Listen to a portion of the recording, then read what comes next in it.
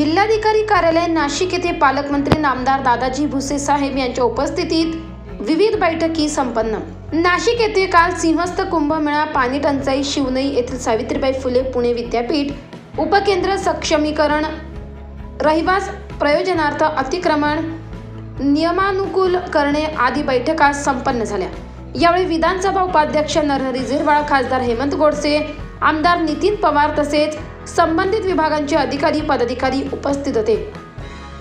दर 12 वर्षांनी कुंभमेळा होत असतो। हिंदू धर्मात कुंभमेळ्याला मोठं महत्त्व आहे। हा कुंभमेळा हरिद्वार, इलाहाबाद, उज्जैन आणि नाशिकमध्ये भरतो। या ठिकाणी देश विदेशातून अनेक भाविक येत असतात। दरम्यान त्र्यंबकेश्वर व नाशिक येथे कुंभमेळा होणार आहे। या आराखड्यासंदर्भात आज बैठक संपन्न झाली। या बैठकीचा अहवाल शासन दरबारी सादर केला जाणार आहे। आज जिल्ह्यातील टंचाई स्थितीचा आढावा घेण्यात आला।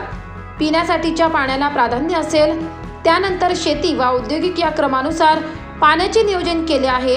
पिण्याच्या पाण्याची कमतरता भासणार नसली तरी सिंचनावर काही अंशी परिणाम होऊ शकतो, ही शक्यता नाकारता येत नाही। ग्रामीण पाणी पुरवठा विभागाच्या सुमारे 600 योजना मार्चपर्यंत पूर्ण होणार आहेत। नागरिकांनी देखील पाणी जपून वापरण्याचे आवाहन यावेळी दादाजी भुसे यांनी केले आहे। 24 लाईव्ह महाराष्ट्र न्यूजसाठी पंकजा हिरे, नाशिक।